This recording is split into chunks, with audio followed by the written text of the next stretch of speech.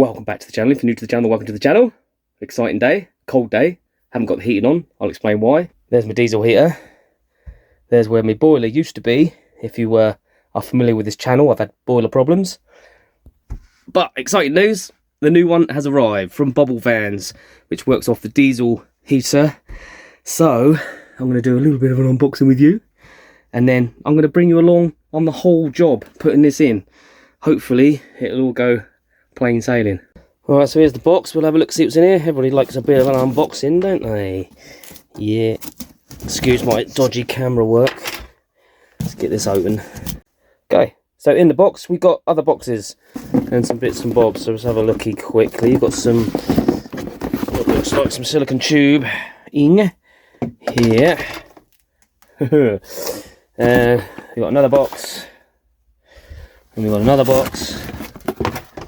And I'll take you through each box as we go.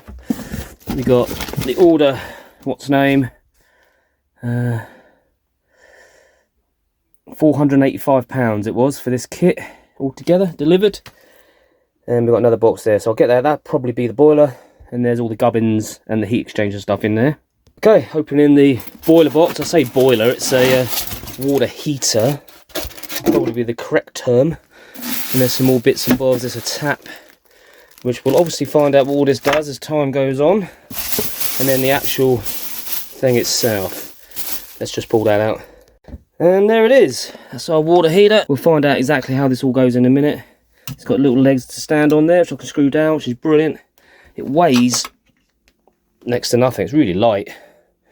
But that's just going to go in there under the seat. Down in there. So I'm probably going to have to take these out. But it should fit in there quite well, he says. Let's have a look in the other boxes. So in this box we got the heat exchange, I believe. That's the heat exchange modulo. More cable. Looks like an Ethernet cable type thing, which will be for the controller. And we've got all these gubbins in here. And then obviously you'll see these better as we go along. Got some Jubilee clips. Brilliant. More cable, which we don't know what does yet. That, don't know. But we'll find out as we go along.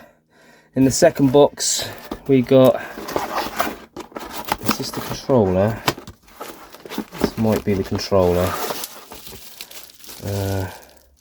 That's a pump of some kind. And ooh, fittings. That's a bayonet fittings, brass as well. Very nice.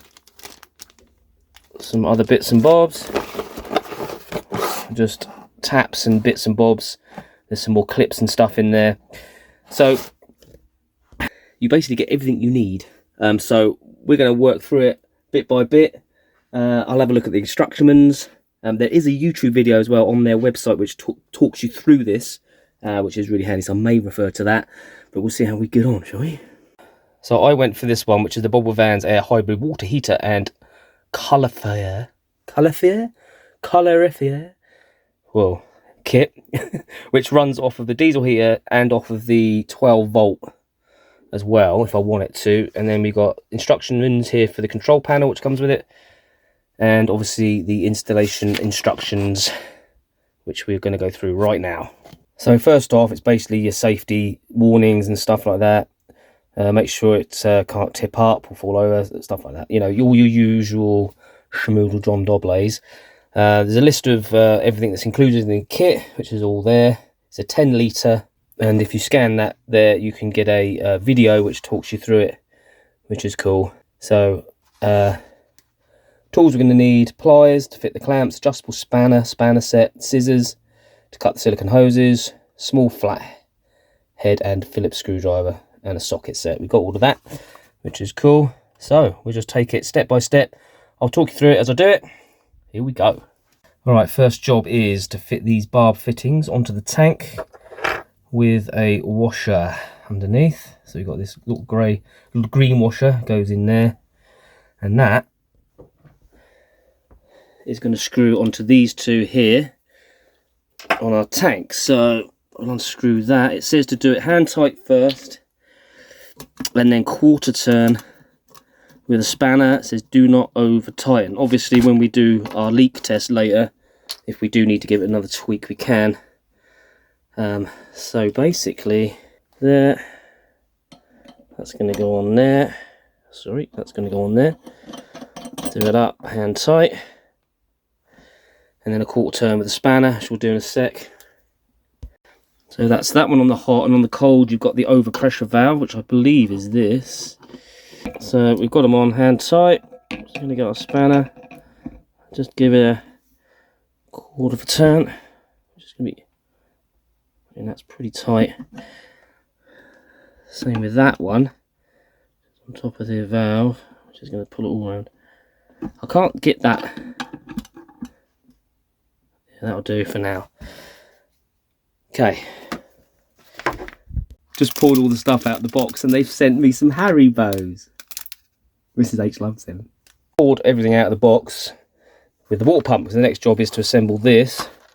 We've got some of the gubbins there, so I need to figure this one out. So here's our pump. We've got the pink silicone tubing here. It's going to go on there like that. Onto this wide piece here, like that. With our clips. So we've got clips in place, there and there. That should just slot on there, which it does. Give it a twist. Lovely jubbly. And then just push our clip over. Voila. Right, next is to put the black pipe, 8mm I believe, onto the top of the pump there, the outlet of the pump. They don't tell you how much, but looking at the video, they've kind of done about that much. So I'm going to go for about that much. I don't think it matters. It doesn't say in the instructions exactly how much. So about that, I think. There we go. On top of that is the one-way valve. There's a tiny little arrow which shows you the direction of the water. It's really hard to see. Really hard to see. But if you're having trouble, the fat bit's on the top, thin bit at the bottom. So, just discovered not all the parts are here. And there's a little note in with the stuff saying that parts are missing. Didn't get an email saying this. I've started all of this and ripped everything out, and I can't even finish it. Well done, Bobil Vans. It says, due to supply issues, your order is missing the heat exchanger, fittings and master board from the smart controller. However, we have sent you the rest of the kit so you can start installation. Well, it's no good to me. I'll need to do it all in one go. The exchanger will follow up as soon as we receive it. Brilliant. So I can't complete the job anyway, and that sucks. So now I have to pack everything away. So I'll continue this later. So that's where it's gonna sit. I did think about doing it that way, but I think I'd just gain a bit more space if I do it that way under there. But like I said, I can't carry on. I will give them this. They were trying to be helpful by sending on some of the kit early, so I could get started. But the problem is, as I live in the van and I have to arrange to go somewhere to use a driveway so I can do work on the van, because I can't do work on the van in the street, not really. And you can see the mess it causes, you know, doing all this. You know, you can barely move because you're very limited on space, and I had to take everything out, so Mrs. H has had to go out while I do it. So the whole thing's just been a waste of time. I didn't have enough space to lay all the parts out to check, but I just assumed it was all there because the delivery note says your item has been delivered exactly. That was from the people that delivered it, so I was like, oh, it's all here. Brilliant. Let's have it. So I was just working through it, putting it in. So I'm really disappointed. I have sent them an email, but I have said that. I said I'm disappointed. It's wasted my time. I know, but I know you're trying to be helpful. Just to let them know, do you know what I mean? They should have just sent me an email, and then I would have known. But there was no email saying that it was only part of it. No, nothing until I got into the kit. Anyway, to be continued. So yeah, continuing on, I will do a separate video of the whole boiler install in a separate video. But as this is like a vlog, I suppose, we'll carry on. Not heard anything yet from Bobil Vans, even though I sent them an email a couple of days ago, but it has been the weekend, so maybe they're not open the weekends, I don't know. But not heard anything yet. It's now Monday morning, it is 9 o'clock. So I've got lots of jobs to do in preparation for the shower, coming back on. Just driven up the road to park. I've been preparing the shower. Hang on, let me get the light on in here. There was a big crack in the corner there which I've repaired, and there was a crack in this corner over here which I've repaired, and I've painted this. and I'm going to paint the whole room. I'm going to paint the whole van actually. Pull some silicone out of there, going to repair that, and generally touch up the paintwork and stuff like that. Let that dry. It takes 10 days for that to go hard. I'll show you what the paint is in a minute. It's really good stuff. Very, very hard wearing. I'm going to pull this sink out, and I'm going to sink it down a little bit lower and redo this top, and the silicone is all gone nasty round it because I had to pull that mirror off a little while ago to get to the pipes because there was a leak. And then obviously moving on through the van, I'm going to just touch up paintwork and make it tidier, because there is some, you can't really see on the camera, but I mean the doors are all chipped and scuffed. I mean you can see down there, look, you know. So I'm going to give it all another coat of paint. I did replace the gas struts on these. These are quite good, much nicer. There you go. Woo, yeah. I did both of those the other day, and also I have. The light's terrible when I stand there. Also, I have a blow in my exhaust. So I've bought a repair bandage for that. It's not actually a hole in the exhaust, it's the join. And I've tried everything to try and seal that up, but it's blowing a hoolie. Sounds like an old VW camper, you know. So I'm going to get out and do that, but it is raining. Well, I think it's snowing, actually. I think it's actually snowing, so I'm not going to do that just yet. But I am going to get another coat of paint on that shower tray so it gives a good chance for it to dry. And then just crack on. This is the paint, wall tile and panelling suitable for ceramic, wood and plastic. It's a 2-part paint, so it comes with another little tub, which is obviously thrown away, with a sachet in it. And you add it to the paint and you mix it up, and that's like a hardener. It is water based, which is great because you can clean your brushes out and stuff like that, and it dries a lot quicker than solvent based, and is a lot healthier for you and better for the environment and that kind of thing. But it is brilliant. It is hard wearing. I did paint, I painted a lot of Harley's van in her bathroom in it, and I painted a lot of this van with what was left of hers when we did hers, and it's held up really, really well. The chip doors are the ones that I did in regular paint. All these other doors, these, have really stood up, you know, to the abuse that they get. They get scrubbed a lot as well. You can wipe them, scrub them. They've like actually done pretty well. So, highly recommended if you want to paint your van in it. It's not that expensive either. I think that little tub was like 22 quid, but it goes a long way. I think you get 9 square meters out of that little tub, so it does stretch quite far. There we go, just give it a fresh coat. Looking good. It may need one more, so I'll do that again tomorrow morning. Give it a good day to dry up. It does go touch dry quite quickly as long as it's in a warm environment, but the hardener takes 10 days to fully cure, apparently. So that's what it's telling me anyway. But we're managing to walk on it barefoot or with socks on after a good day, good 24 hours. The van's nice and warm, diesel heater's on. So I may blast it with a hairdryer or something. We did do that in Harley's van because it was winter when we did hers, and this van actually, and I had a blow heater blasting in there, so it did dry out really quickly like that. You can do that. So yeah, it's actually snowing. It's not laying though. Look at that. Oh, it's a little bit laying. Little bit laying. I speak Skooging English, me proper. Right, I've pulled the kitchen. Right, I've pulled the bathroom sink off. It's in there. I'm going to give it a good old scrub. It's actually an upside down lampshade if you didn't know. So I'm going to clean all this off. We're going to cut a bigger hole to sink that in a bit better because water is getting under it. It's not sealed it very well. And then repaint that.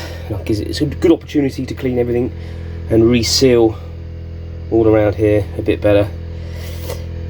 Yeah.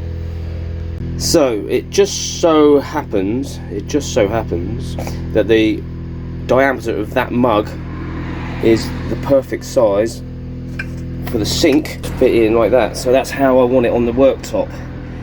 So that bit goes in to the hole and then it sits like that. So I'm just going to draw around that and then cut the hole out, and Bob's your monkey. Bingo mass. Bingo mass. One circle drawn, cut that out, and then that should work. Cut the perfect hole. Don't say nothing about my hole, it's perfect. Silicone round, painted it all, cleaned it all, very nice. Did some painting in here as well, painted all the walls. Yeah, lovely. That's all doing well, lovely. So now I need to get the sink in there. Problem is how to secure the sink, because now I've cut the bigger hole and it sits in it. I don't know how to secure it to stop it flapping about. It's going to take some genius invention. There it is sat, and it does that, which is great, and I'll silicone around that, no problemo. Underneath, right, let's get in there, it sits like that, and then the waste pipe just goes onto there. But obviously the whole sink is doing this, so I need to figure out how to make that secure.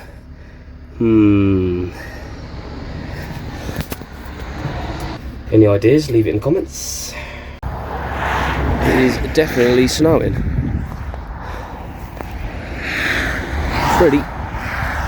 And there's still mad people playing golf. Over there, look. Golfers. Are you crazy?